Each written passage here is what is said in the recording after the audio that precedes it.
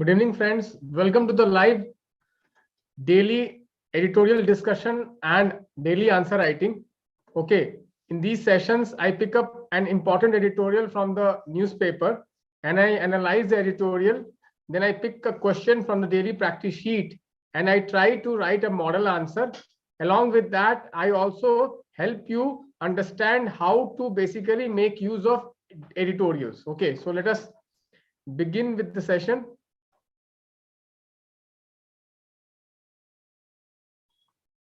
I'll just share this.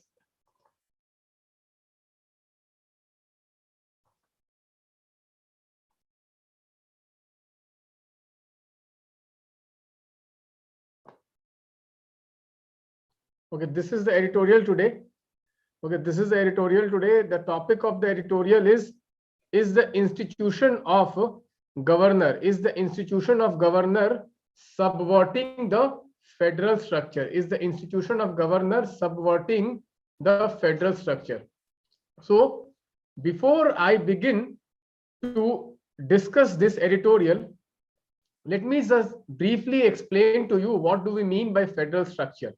See, federal structure is a structure where the polity, the power is divided between the central government and the provinces. Okay, the power is divided between the central government and the provincial government. And this division of power, suppose this is central government and these are provincial governments. So the power is divided between the provincial governments and the central government, and this division of the power is mentioned in the constitution. So there is a constitutional distribution of power between the center and the provincial government. This is very clear. So it is we have a dual polity. We have a dual polity in a federal structure. Okay. So we all know that we need some institutional structure to basically have coordination between the central government and the provincial government. Okay. So governor is one of that institution. Governor is one of that institution which basically helps to manage this federal structure. Okay, so what the editorial basically talks about is that recent controversy in Tamil Nadu, where the governor R.N. Ravi returning the NEET bill has returned the NEET bill. Okay, under Article 200 and 201. Okay, the governor can return the bill and the governor can also send the bill for the president. Okay, for the review of the president, he can send it. Okay, then we all know that the controversy between the Bengal chief minister and the Bengal governor. Okay, there has been some controversy, and recently in Kerala also there has been some tussle between the governor and the chief minister. Okay, governor and the elected government. Okay, there has been some tussle. So overall, we see that the relationship between the two heads of the state government, which is basically the nominal head is the governor and the real head is the chief minister. There has been some tussle. Okay, so we must understand to understand the role of governor. We must understand that India is a parliamentary form of government. India, we have a parliamentary form of government, and in parliamentary form of government, we have dual head of the state. Okay, one is the nominal head, other is the real head or the executive head, which is basically at the state government is the chief minister, okay, who has a council of minister, and the chief minister along with the council of minister has to advise the governor, and governor has to basically go as per the aid and advice of the council of minister headed by the chief minister. So this must be very clear in your mind that we have a parliamentary form of government, and in the parliamentary form of government, it is basically the chief minister headed by the council of minister headed by the chief minister, which is the real executive. Okay, this must be very clear. Okay, so basically this is like an interview of Mr. Gopal Krishna Gandhi. He is a distinguished ex-governor, okay, of Bengal, and basically they discuss this role of governor and why it has become controversial. So majorly it is like a if you see, it is the article is in the form of conversation. But few points from the exam point of view, what he mentions is that okay, he compares president with governor. Role of president. Okay, the role of president with the role of governor. Role of governor. He compares president and governor. He compares here. I just want to tell you something which is generally asked in the UPSC, that president does not have any discretion, does not have any constitutional discretion. Okay, this you must be very clear, that although president is also a nominal head of the Indian state and governor is the nominal head of the states, okay, provincial states, but governor has constitutional discretion, but president does not have any constitutional discretion. He has only situational discretion. So this must be very clear. Okay, although they are both what, nominal heads, but the discretion which is given to the governor is wider than the president. Okay, so this point is very important. This point is very important. Then what the editorial basically has a few other points also. See, what is the root of these controversy? What is the root of the controversy? Okay, if we go to the root of the controversy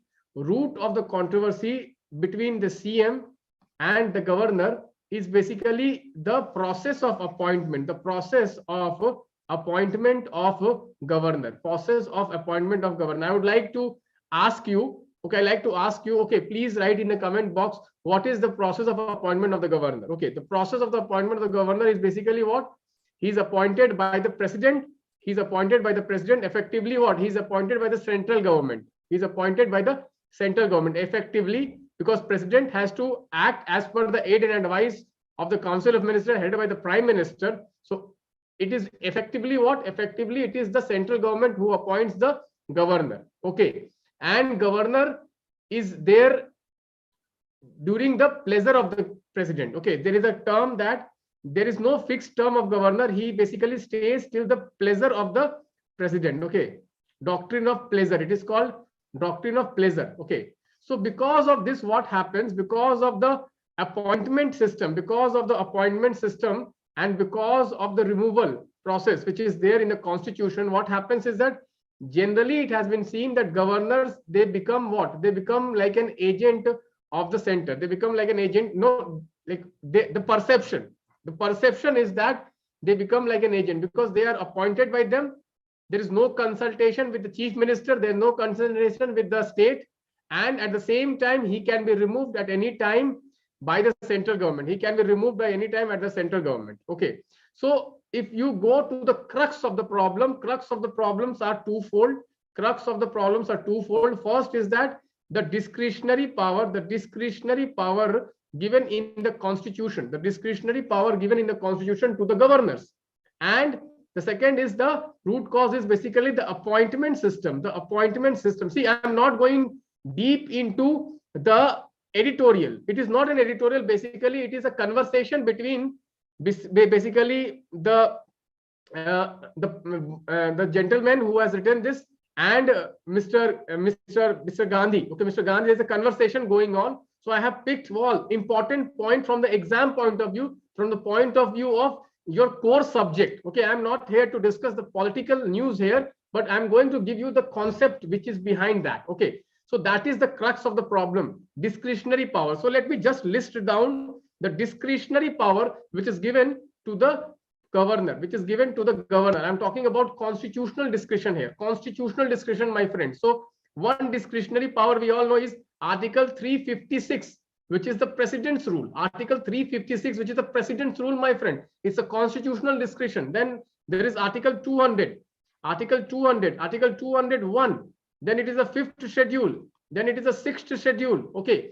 These are some of the constitutional discretion which is given to the governor. And we have all seen, even Mr. Gandhi in this conversation talks about the misuse of Article 356, which has been there in the Indian political history, particularly after the 1967 elections, where there was a change in the political complexion of the governments at the state level. What has happened is that there was misuse and abuse of Article 356, and in many states, governor basically were used by the center to dismiss the governments which were formed by the opposition parties, not the party which was there at the center. Okay, so he mentions that Indira Gandhi government used Article 356 39 times. So a fact which you can use. It's a fact which you can use in answers, my friend. Okay, see, your answers must have the constitutional angle. Your answers must also have some facts, some case studies, and that will give substance to your answers. If you want your answers to have substance, my friend, then you have to have facts. Okay, similarly, if you see, there are provisions where he can basically return the bill, and he can also take the bill to the president. He can refer the bill to the president. Okay, so here also he has some discretion. I'm talking about, these are the constitutional discretion apart from the situational discretion, which obviously the governor has various situational discretion, which honorable president also has various situational discretion, but governor has what? Constitutional discretion also. And because of that, okay, sometimes what happens, there is a clash between the governor and the chief minister, governor and the chief minister. So what we need is that we need governors who are neutral. We need governors who are unbiased. Okay, that is what. So we'll see a question I have framed on that. We have seen the question we have framed on that. So basically, he talks about, he first compares what? He compares governor with president. Here he compares governor with president, which I have already told you that see, president is little bit different. He talks that position of president is little bit different. Why? The president is although indirectly elected, but he is elected. But governor is not even indirectly elected. Governor is appointed by the center. This is very important difference he makes here. This is a very important difference he makes here. And then he talks about a few of the governors who have done really good. They basically stood the ground and they did not misuse Article 356 on the directions of the center. Here he makes the mention of Mr. B.L. Nehru, who was the governor of the basically Jammu and Kashmir. He makes a mention of that. Okay, he makes a mention of that. And then he talks about the Tamil Nadu Assembly bill, the NEET bill. He talks about the Bengal recent controversy. He talks about the Kerala controversy. All these controversies he talks about. And then he talks about what can be done to restore this confidence, and to restore the position of governor in the federal setup. Okay, so I'll talk that in more detail when I'll talk about how to write an answer. So now what I'm going to do, sir, is that I'm going to pick a question from the daily practice sheet, which I have created for you. Daily practice sheets are sheets where I give you questions from the daily current affairs, and if you practice this daily practice sheet every day, I can challenge you, my friend, you are going to do awesome in your examination. Okay, I'm going to tell you that you are going to do great in your examination, but you have to do daily. Okay, that is what. Let us now see the question. Let us see the question which I have framed on this article. Okay, which I have framed on an article. So question is very simple.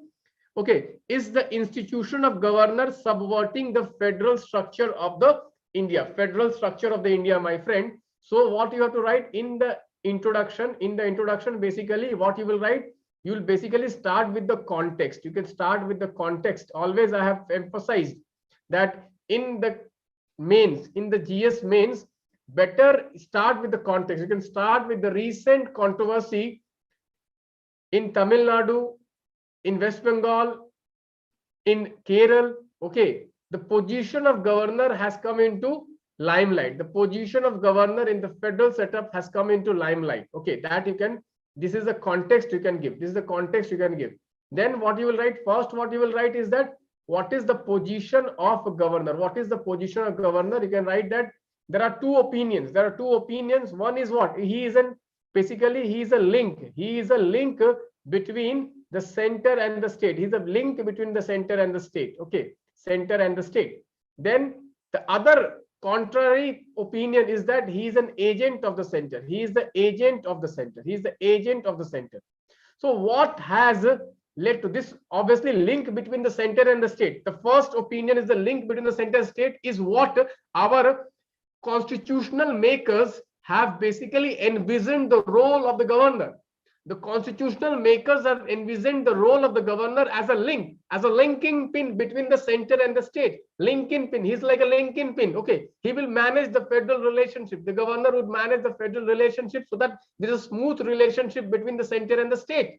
However, because of the misuse of discretionary power in the last 70 years, particularly after 1967, where there have been misuse of Article 356.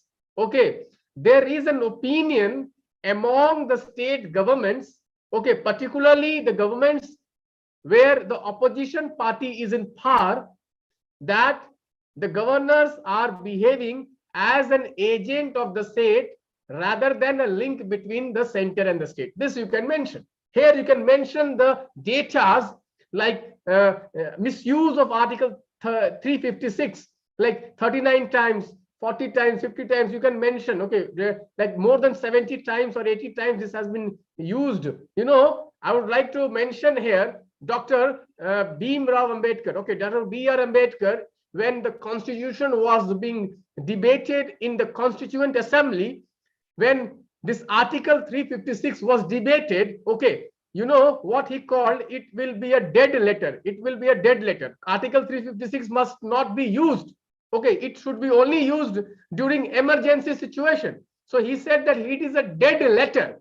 But unfortunately, my friends, this Article 356 has become the death letter for the state governments. Many times, death letter, it has become a death letter. Dead letter means don't use it. Don't use it just casually. Don't use it. Only in emergency situation you must use it. But the misuse, the abuse of Article 356 has meant that this article, which was meant to be a dead letter, a letter which must not be used, has become the death letter for many of the state governments. That is why in S.R. Bommai case, the Supreme Court, the Honorable Supreme Court of India has laid out various conditions for use of this Article 356. And it has gone on to say that we will review the decision of the governor, and if we found that decision is malified decision, then we might again held that it is null and void, and we might restore the government. Okay, here my friend, okay, then you have to go on and you have to talk about the two special commissions. See, I have talked about the Supreme Court judgment in the S.R. Bommai case, and I'm going to talk about two commissions, two commissions on center-state relation. One is the Sarkaria Commission,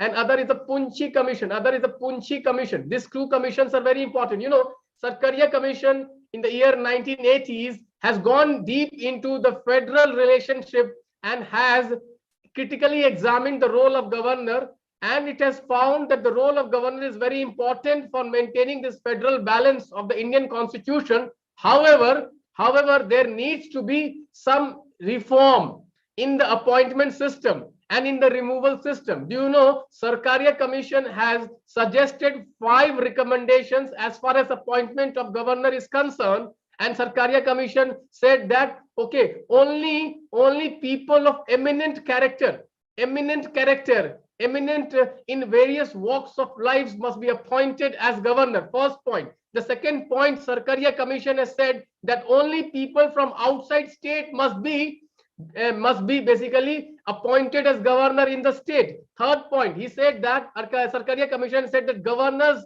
must not be very active in politics. They must have taken retirement from politics.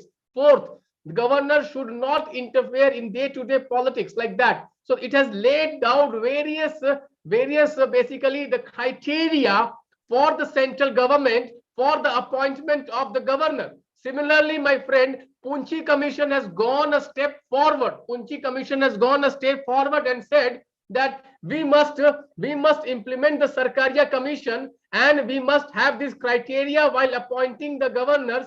Okay, and one more thing, what it has said is that, okay, you know, it has said one more thing, that the removal of governor, which is at the doctrine of pleasure, must be amended. Article 156 must be amended, and this removal of the governor should be not at the discretion of the president. The governors must be given a chance to defend themselves, and there must be also a kind of impeachment, like the president's impeachment. There must be also a condition where states are empowered to impeach the governor. Okay, and other Article 200 also, it has said some restrictions. It had been recommended that misuse of Article 356 and Article 200 should not be there.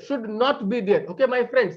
Okay, So here you can talk about the 2008, I guess, the Supreme Court judgment upon the appointment and removal of basically the governors. You can point out that we need to reform the appointment system of the governors and the removal system of the governors. The doctrine of pleasure must be removed. Okay, that we have to tell, my friends. Okay, and then what we have to tell is that, okay, if we have to maintain this federal balance, we need governors as per the recommendations of the Sarkaria Commission. There must be eminent people, there must be non-political people, there must be people with high stature, high character, and who will basically have the confidence. See, governors are appointed as the head of the state, so at least the state should have some say, okay, in the appointment of governor. So there must be some consultation which is going on before the appointment of governor. So some healthy conventions must be established. Healthy conventions must be established while the appointment of the governor. So there must be consultation. The prime minister, the home minister must consult the chief minister while appointing the governor, because the confidence is very important. Confidence is very important. Trust is very important in governance. When there is no trust between the governor and the chief ministers, then the governors get hampered. The governance of the state gets hampered. And this is not in the interest of either the state, not in the interest of the constitution, my friend. So in the interest of constitution, in the interest of protecting the spirit of the constitution, it is very vital to restore the political neutrality and basically the stature of this position of governor. Okay, so governors, that position of governor should not be repealed. It is very important. It is very important in the parliamentary system. We should have governors, but at the same time, we need to reform, we need to amend various constitutional provisions like Article 156, Article 200, and appointment and removal of the governors, so as to make it non-political.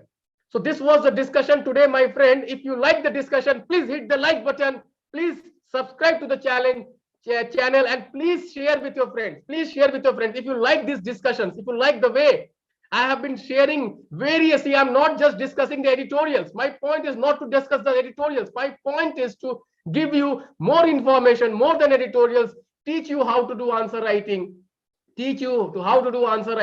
and give you little bit more information. Okay, so what kind of question? The mains question can be framed, and some prelims question can also be framed. What are the prelims questions which can be framed? One prelims question that can be framed that appointment of the governor. Appointment of the governor is by the president, by the central government. There is no consultation with the chief minister.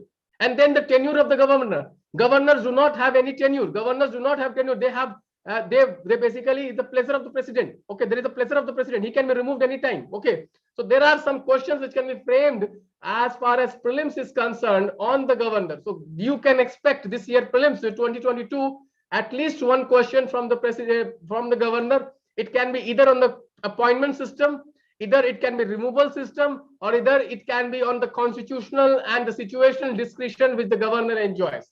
So thank you, my friend. Let us meet tomorrow at 7.